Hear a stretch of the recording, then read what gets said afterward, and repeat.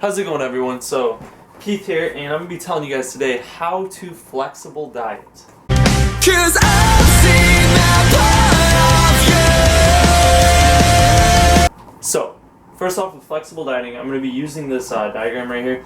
I drew it up, and pretty much it's just going off of what I learned when I was going for my certificate, what I've learned in nutrition classes, and I'm certified through the NFPT. I got 2 certifications.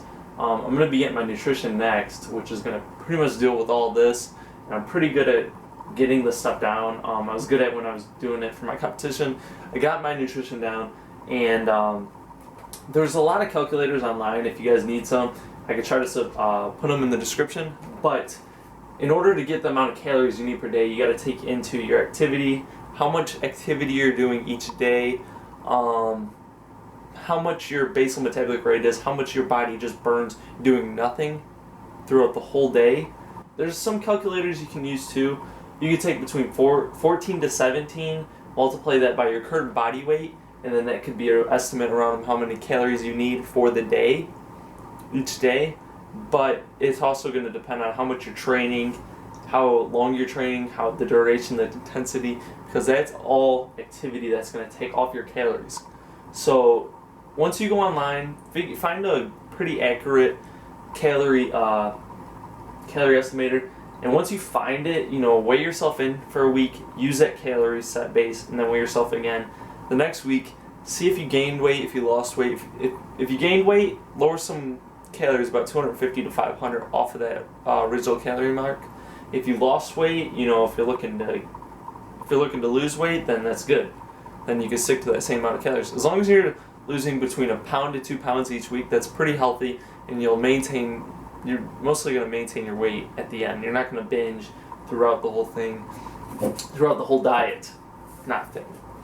But, okay, this is going to be flexible dieting. I'm going to tell you guys, once you figure out how many calories you need, we're going to be doing, if it fits your macros, flexible dieting, which I prefer. This is what works for me. I don't stick to any other diet. I count these each day. Some days I don't, some days, I do. I try to stick to it as most likely each day I'm counting calories and counting carbs, protein, fats. With carbs, these are going to be sources like breads. This is going to be the main sources of glucose that are going to give you energy during your workouts and, supply your muscles with the glycogen and all the energy that you need to push the heavy weights or run or things like that. So for each gram of carbs, there's 4 calories. So if you got 1 gram of carb, 4 calories for that. Protein is going to be same as carbs. It's going to be for every gram is 4 calories.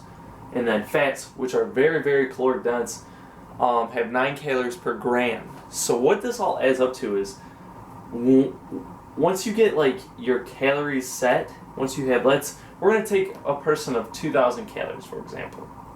Okay? We got somebody who has 2,000 calories each day they need to maintain their weight. So what we're going to do, they want to gain weight or lose weight. So we're going to take off of their calories, 50% of their calories are going to be coming from carbs. For example, we're going to be using 2,000 calories as our weight that you need to maintain your current weight. So now we're looking to lose weight. That's our goal, lose weight. So we got 2,000 calories as our caloric intake that we need to maintain weight. And then in order to lose weight, we're going to have the carbs, proteins, and fats. 50% of these calories are going to be coming from carbs. Need carbs.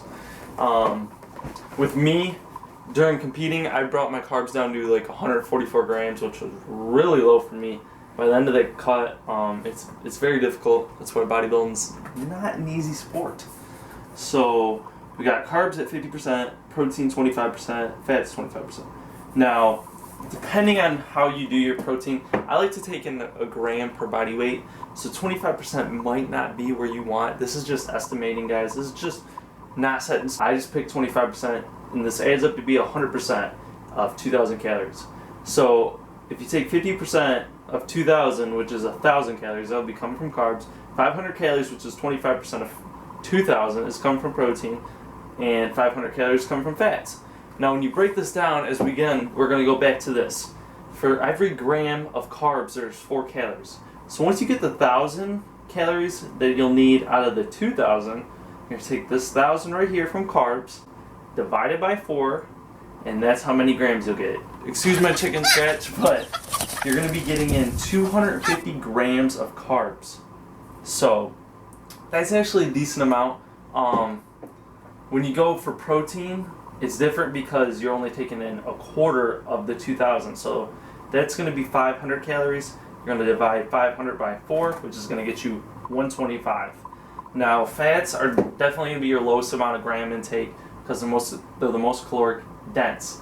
So 9 calories for every gram. So you're going to have 500 divided by 9, estimating down because you're in a cut, you're wanting to lose weight, so you're not going to want to go too many calories. So we brought it down to 55. It was 55.5555 something. Keeps going. So we're going to just bring that down to 55 instead of 56. So that's the example if you're looking to lose weight. Now on the opposite end, these are just, again, guys, just me throwing these out there. You don't have to take it for its word. Especially if you're looking to gain weight, carbs are huge. You're going to be wanting to fill in your glucose tank in your liver and in your muscles. So carbs are huge. You could even go 60% if you want. I put 55% from carbs. Gaining weight, you're going to feel like you're getting bloated. It's just the way things go. Protein, I have it 25 again, and fats got lowered a little bit because, I mean, you could actually switch it up if you want because fats are calorically dense. If you're looking to gain weight, fats are huge. Just make sure you're not over-consuming fats. And this is flexible dieting. People say you can eat Pop-Tarts, you can eat all that kind of good stuff while flexible dieting. Yes, that may be true as long as you're seeing the numbers on the scale and your body's getting a lot different looking. You know, if you're seeing results. I like to take in foods. If I'm cutting and I'm trying to lose weight, I'm eating salad, I'm eating vegetables, I'm eating stuff that's really going to drive my performance in the gym. Always, when you're flexible dieting, keep in mind though, whatever you eat is going to go towards your workout. So if you're eating cookies and brownies and stuff and it fits the calories, that's not really going to be nutritionally good for you in the gym. I mean, you're not going to be getting those micros. You're not going to be getting your micros, you're not going to be getting your vitamin B, your vitamin C, all that vitamin A, stuff like that. So I like to eat like sweet potatoes. I eat potatoes. You know, potatoes aren't bad for you. You can eat white potatoes. Just make sure try to eat them after your workout. Oatmeal is really good. I like to eat wheat, whole grain rice, brown rice, wraps, whole grain wraps. If you're eating whole grains, it's not going to get into your system so fast. It's going to be a slow digesting carb. And also for proteins, I like to eat lean sources like lean turkey, fish, salmon, chicken. I love chicken. Steak, I don't eat so much red meat anymore. Kind of more veggie, burger kind of stuff that I eat. For fats, almonds, peanut butter is pretty good. Peanuts, avocado, stuff like that. Sunflower oil. Again, this is flexible dieting, guys. If you have any questions, shoot them in the description, put them in there, send me a message, whatever you guys want to know. I can help you with flexible dieting because this is what I like to do. This is the diet that I adopted after I went after, and it got me, once I really understood it, it really helped for my third competition. And I wanted to spread this with you guys, the knowledge of flexible dieting. I hope this example helped. The 2,000 calories, it's just a main baseline, and 50% coming from carbs would be 1,000 calories. And then whatever you get, divide it by how much ever calories per gram for that macronutrient. So carbs, again, carbs are used for energy in the gym, you know, pretty much functioning throughout your day. Protein used to rebuild muscle, amino acids that help building blocks of muscle, really. That's what protein comes in, repairs the tissue. Fats, hormones, and they pretty much just make up a lot of calories. The best time I would say eat a Pop-Tart, donut, cupcake, cake is after your workout, or ice cream, because your body's going to need those quick digesting carbs to go right back into your system, in your muscles as quick as possible, because you just burn them all out in your workout.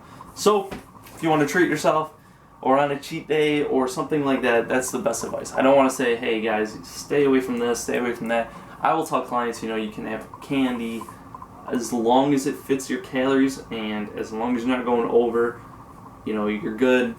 But make sure, you know, other meals are loaded with nutrient-dense foods. But I hope this video helped you guys. Like, share, subscribe, share with other people. But that's it, guys.